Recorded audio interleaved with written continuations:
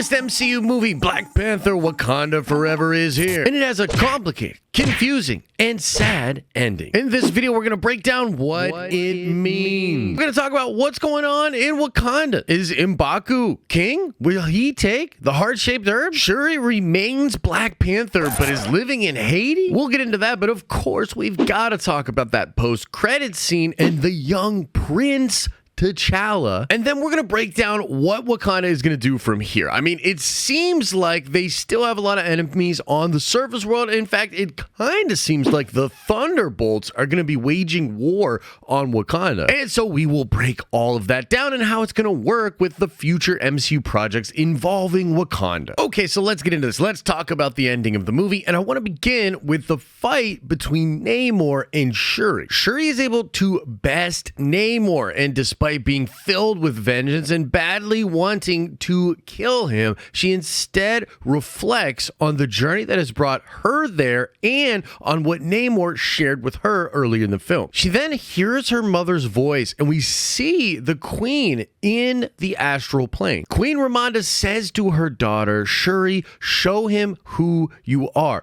which is, of course, a callback to when she yells this out to T'Challa while T'Challa was fighting for the honor of ruling Wakanda. Except in this instance, Shuri is showing him that she is a loving and forgiving and intelligent ruler. And so she makes an offer to Namor that if he yields here and now, she will spare his life and spare the life of his people. And on top of that, Wakanda will be an ally for Talokan. Shuri and Wakanda are going to keep the secret of Talokan, and they're going to help guard Talokan from the Western or the surface world. Now, I'll admit that the first time I watched this, I was just a little disappointed with this outcome because I wanted Namor to still be Namor, to want vengeance and to be super badass. And it seemed like to me that what was going on here was he was just kind of accepting that he had been beaten, bending the knee to Wakanda. But I think it's important to remember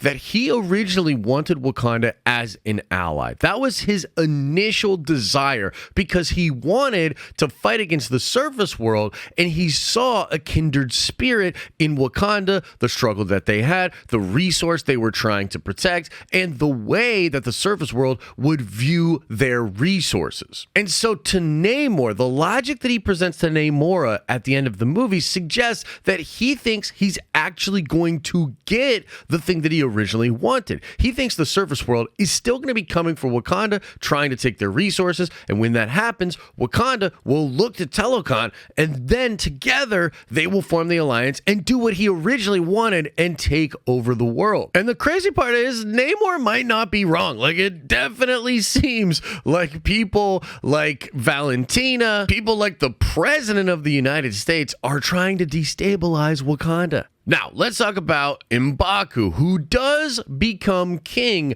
at the end of the film. If this wasn't super clear, everybody is gathered for what they think is going to be Shuri, the Black Panther, going to this ceremony, removing the power of the heart-shaped herb, accepting any attack from any challengers, and then ultimately becoming king or queen of Wakanda. Now, M'Baku presents himself, and he says that the Black Panther sends her regards. And what that implies is, of course, that M'Baku and Shuri had some kind of a conversation, and they came to this agreement together. Now, this is interesting because earlier in the movie, M'Baku opens up the Jabari land for all of the people of Wakanda to flee to after one of Namor's attacks. And Shuri even says to M'Baku in the movie that the people of Wakanda would be in his debt if this happened. So essentially, M'Baku is going to be the king of Wakanda, but there will be a Black Panther, and that Black Panther will be Shuri. As for whether or not M'Baku will take the heart-shaped herb, I highly doubt it, and I doubt it for a couple of reasons. Number one, M'Baku doesn't even worship the Panther god Bast, and so the Panther god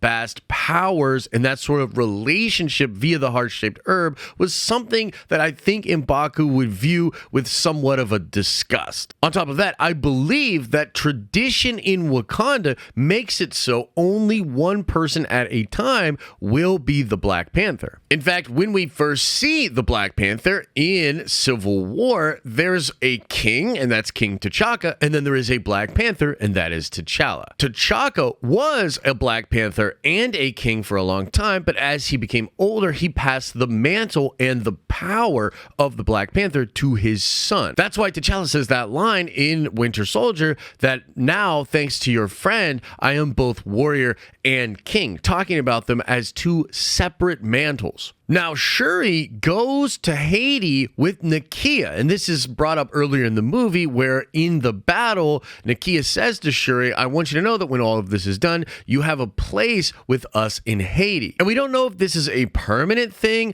or what capacity Shuri will be being the Black Panther while also living in Haiti. And so essentially the movie ends in a place where Shuri has the power of the Black Panther, Wakanda is being ruled by M'Baku, but they also have this newly forged alliance with Telecon. And so I suppose it would depend on what happens next to the degree to which Shuri would be involved in what's going on with Wakanda. If somebody attacks Wakanda, I absolutely believe Shuri would return and, as the Black Panther, protect her home. But I also think this choice was made intentionally because Letitia Wright did not have a great time shooting Wakanda Forever, and there's some question as to whether or not she would want to play Black Panther again. So that's partially why this movie ended the way that it did, because now Wakanda can move forward in the MCU and they don't need Letitia Wright. They can do it with all the other actresses and actors, and this includes, of course, Winston Duke as M'Baku. But now let's talk about the young prince, T'Challa's son,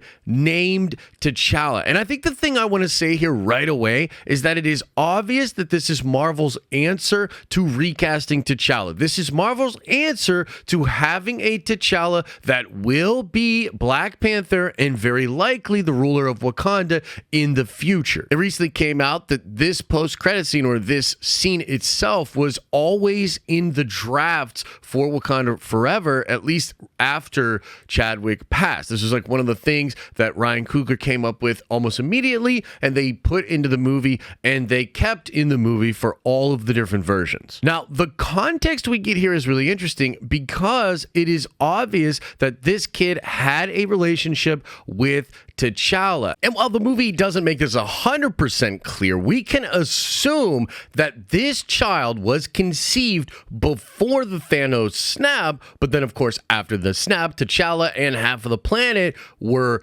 gone. And we can assume that Nakia then has to leave Wakanda, and she is pregnant at that time, and she has the young Prince T'Challa. And we also know that in this time period, she was in contact with Queen Ramonda. Queen Ramonda knew about this young T'Challa, and she even attempts to tell Shuri about it when they're at the river before Namor shows up. And again, a lot of this is kept vague, but we can assume that T'Challa becomes ill and suffers in silence and then passes on pretty soon after returning to life after the blip. So it seems like in a very short period of time, T'Challa finds out about the state of the world, finds out about his son, and spends some time with his son and with Nakia, all while realizing that his time is ticking. And perhaps some of the logic here from the King T'Challa perspective is the fact that the people of Wakanda and the people of the earth have already suffered so much, and things were so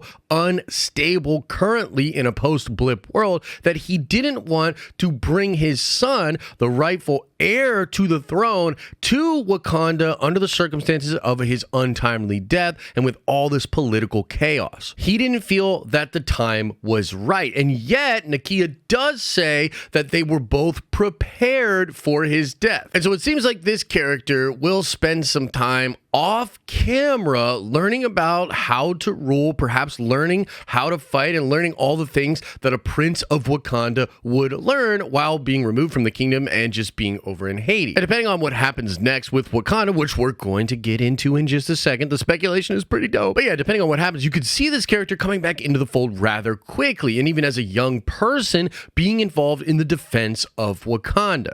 But maybe not. Maybe they allow this character to just age up off screen, and then sometime down the line, they bring the character back into the fold and make a new T'Challa the prince slash king of Wakanda. I've also seen a lot of people speculating that this Prince T'Challa could become a part of the Young Avengers, and depending on what they do with the Young Avengers, I think that could absolutely work. And they are obviously setting up that the original Avengers are all basically having children, and they're going to do something with that. We just don't know when that's going to happen. But here's the deal, and here's my thoughts on this. I actually don't think this solves the problem of recasting T'Challa. It simply just kicks the can down the road, because the character of T'Challa is still alive in the MCU, and I'm talking about the original one. He's alive in the ancestral plane, and there's a lot of time devoted in this film to explain that to Wakandans, death is not the end, and that this person, this character, T'Challa,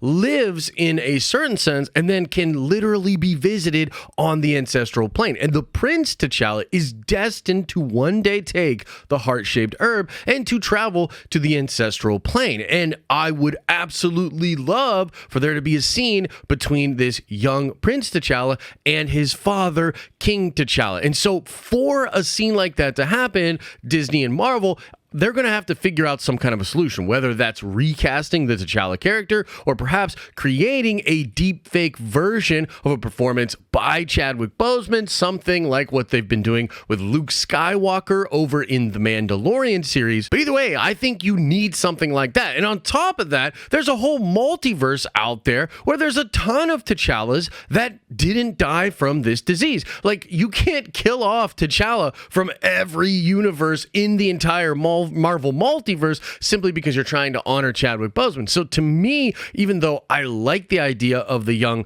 Prince T'Challa, and there is precedence in the comics with T'Challa and Storm having a kid that is frigging awesome, but that's also on an Elseworld reality, I still don't think this actually solves the problem of recasting T'Challa. And I think they should figure out what they want to do with King T'Challa, this character, and have this character return in Secret Wars. I think that is the best way to sort of solve this potential problem and maybe even a sort of divide in the fan base. And even if you use a different version of T'Challa, it could be kind of interesting to have an older King T'Challa interacting with a younger Prince T'Challa in, Secret Wars. But now let's talk about Wakanda and the future of this kingdom in the MCU. I mean, the movie sort of ends with the United States being interested in taking action against Wakanda. Wakanda fearing that they don't have a lot of allies on the surface world and, making that partnership with Namor. And as a part of this partnership, Wakanda is agreeing to keep Telecon a secret and help defend and protect the vibranium that Telecon has in the ocean. And with the inclusion of the Val character, it really does seem as though Marvel Studios is setting up a conflict between the Thunderbolts and Wakanda. And this is actually established via the rumor mill. There are already people talking about how this is looking to be a thing, and they're hearing things behind the scenes. We also know that Wakanda is going to continue to play a big role in the MCU. Apparently, there's going to be a Wakanda Central Disney Plus show. And of course, Wakanda and the Wakandans will likely play a role in the next Avengers movie, especially if Kang invades Earth, much like when Thanos did Wakanda. That will be part of what helps Earth defend itself. Wakanda is obviously very powerful. And there was also a rumor that a version of this movie would have included Doctor Doom and set up Doctor Doom as one of the parties or kingdoms on the surface world that was also trying to find vibranium. And that Doctor Doom himself may well have been behind the conflict between Namor and Wakanda. And technically speaking, it is still possible that Marvel sets that up. And some people believe that Doctor Doom will have something to do with the Thunderbolts and that Thunderbolt movie as well. Now, all of that is kind of rumor, but what we do know is that we're going to continue to see a lot of Wakanda, and with Val being in Wakanda Forever, there is absolutely going to be a conflict between the Thunderbolts, or at least a part of the Thunderbolts, and Wakanda. That could take place in the Wakanda show. It could be a part of the Thunderbolts movie, or it could happen in another show or movie. Overall, I think Wakanda Forever does an incredible job of introducing introducing some new MCU things like Namor, like the idea of vibranium not just being in Wakanda. And now it's a really interesting playing field where Wakanda has M'Baku as king, has a Black Panther protector, but one that is kind of isolated from Wakanda. There's a secret prince that will be trained to take the place of whoever's ruling Wakanda right now. And you've got the Thunderbolts, the US government, trying to find more vibranium and trying to destabilize Wakanda. Let me know what you think about the ending. If you have any questions, put them in the comment section here, or you can stop on by our live streaming channel and ask me live. And if you want to watch more, why not watch my initial reaction and breakdown of Wakanda Forever, in which I explain that it's not the movie I thought it was going to be.